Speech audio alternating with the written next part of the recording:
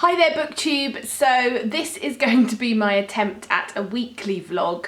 I've got a relatively quiet week this week.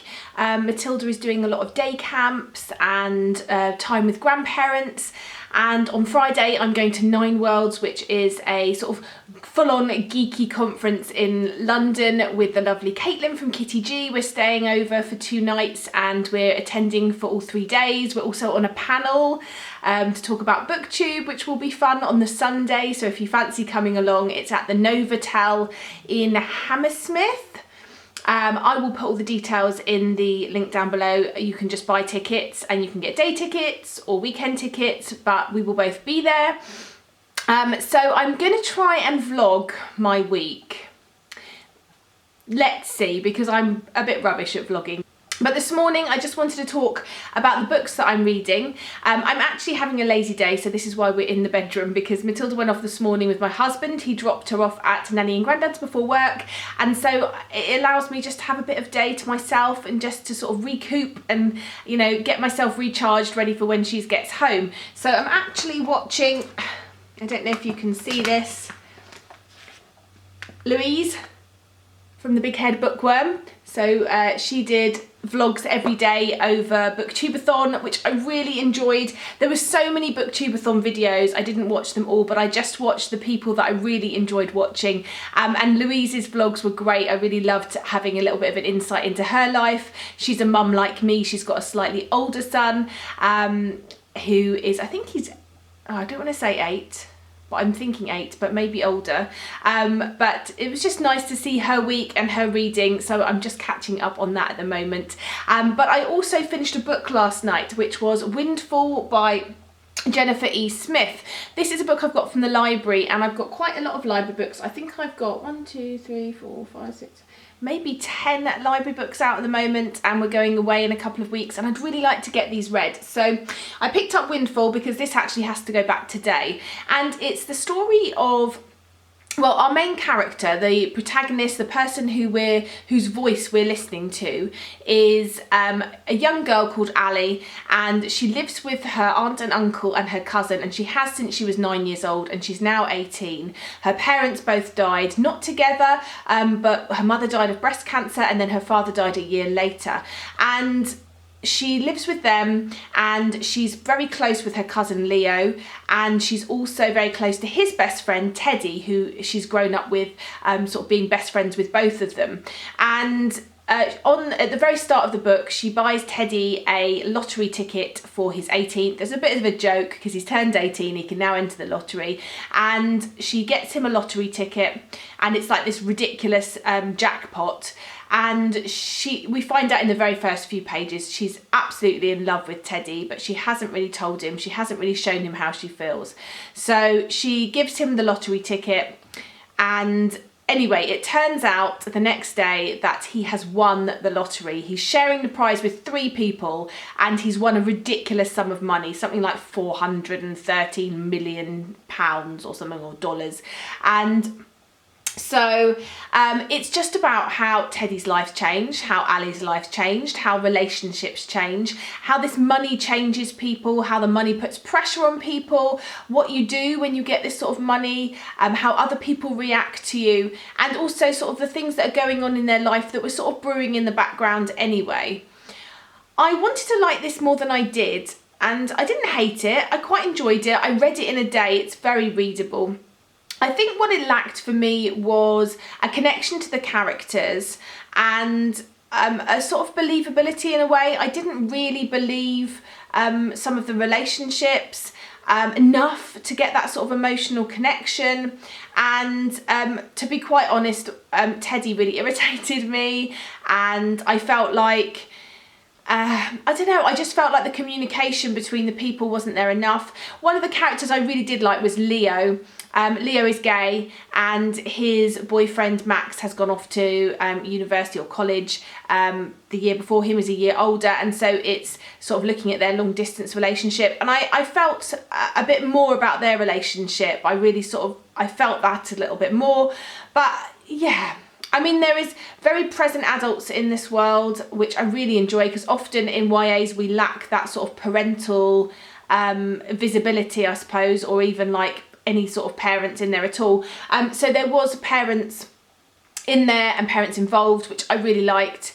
It was good. I mean, it just didn't blow my mind. It was good, but it wasn't great. So I gave this one 3 stars. And then I'm just going to be working my way through as many of the other books as I have as possible. So I'll quickly show you the ones that I have. I think next I'm going to read Secrets of the Henna Girl, and this is by Sophia Ahmed. I can't remember where I heard about this, but I think I was just looking up books after I'd read Climbing the Stairs, and I don't know if you can see here, it looks like it's an Indian girl wearing lots of bracelets, but she's also got handcuffs around her wrist, and on the back it says that she's 16, she's enjoying life, she's waiting for her exam results, and she's dreaming that she might meet her true love one day. But her parents in Pakistan for the summer, her future is threatened, and she's forced duty to protect her father's honour. So they go to Pakistan for the summer, and something obviously happens. And I've heard this is heartbreaking, so I like a good weepy book, and it sounds really good. So I'm looking forward to this one. So I think I'm going to read this next. And then on this pile, I'm not going to tell you much about them because there's too many here and you might see it later in the vlog, but I've also got Under Rose Tainted Sky by Louise Gornell. This is about a young girl, she's got agoraphobia, and it's about the boy who moves in next door and maybe her wanting to try and overcome this.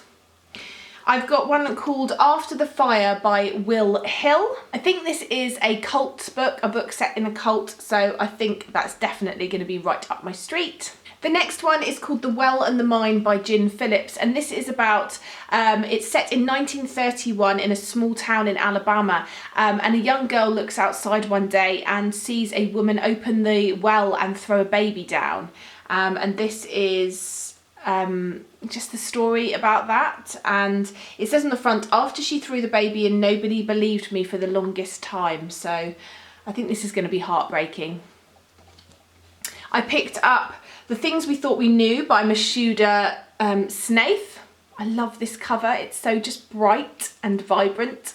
So this is a story of 2 friends. They did everything together. We flash forward then to 10 years later. One of them is in bed with a chronic pain syndrome, and we're just sort of looking at what went wrong, why they're not in contact, what happened between the 2 of them. So I think this will be a good one. Next is one that I've heard really great things so far from, and that is Release by Patrick Ness.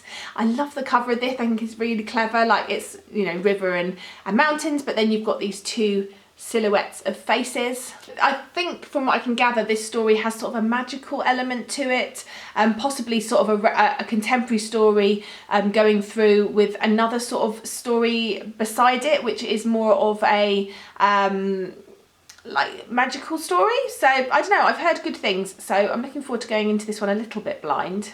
I've got Saving CC Honeycutt, which is by Beth Hoffman. This was on my TBR for the Buy on Your Bibliothon, which unfortunately I only read 1 book for because I was finishing up my Round the World in 2 Weeks project. I was getting my 2 books read for the live show on Caitlin's channel of the Welcome Prize books that we're reading each month, so it was just a bit of a nightmare trying to get everything read. So this is Saving CC Honeycutt. It's set in 1951. I think it's going to look at race and how, and set in the South.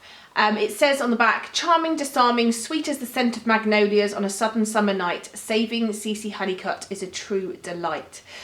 So I'm looking forward to this one. I think it's going to be really great. And I don't know, I'm wanting to read books set in the South at the moment. And then finally, I've got A Step Towards Falling by Cammy McGovern. So I've got a feeling this is about a girl and a boy, and I don't know if they bully or they do something to this girl who has a disability, and their punishment is that they have to work with other people with disabilities over the summer, is it? Or they have to do community service, and they start to sort of feel like they're making a difference, but you know, the one person that they've really hurt, they haven't sort of dealt with that issue, and I'm looking forward to reading this. I'm interested to see how I feel about it and what sort of themes it explores. So already I've chatted for too long and this vlog is going to be ridiculous, but we'll see. Maybe I will do this every couple of days or something. But for now, I'm going to go back and carry on catching up with my YouTube videos and see what Louise, how Louise did on days 5, 6 and 7 of the Booktubeathon, and I'll catch up with you when I've got something interesting to say. Hi there, so as you can see, I'm now in my pyjamas. It is the evening of Monday, so my first day, just trying to challenge myself to film a little bit more on the sort of fly and as I'm reading, and to keep you updated to do sort of this weekly vlog. So I had a lovely day.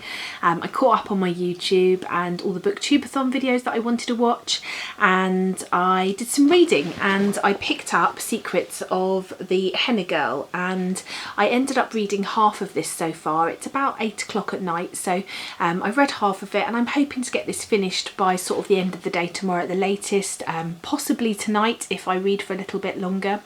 I'm really enjoying this. It's really interesting. It's about a girl. She's always lived in England, and she's now just turned 16. She's finished her GCSEs. She's waiting for her GCSE results.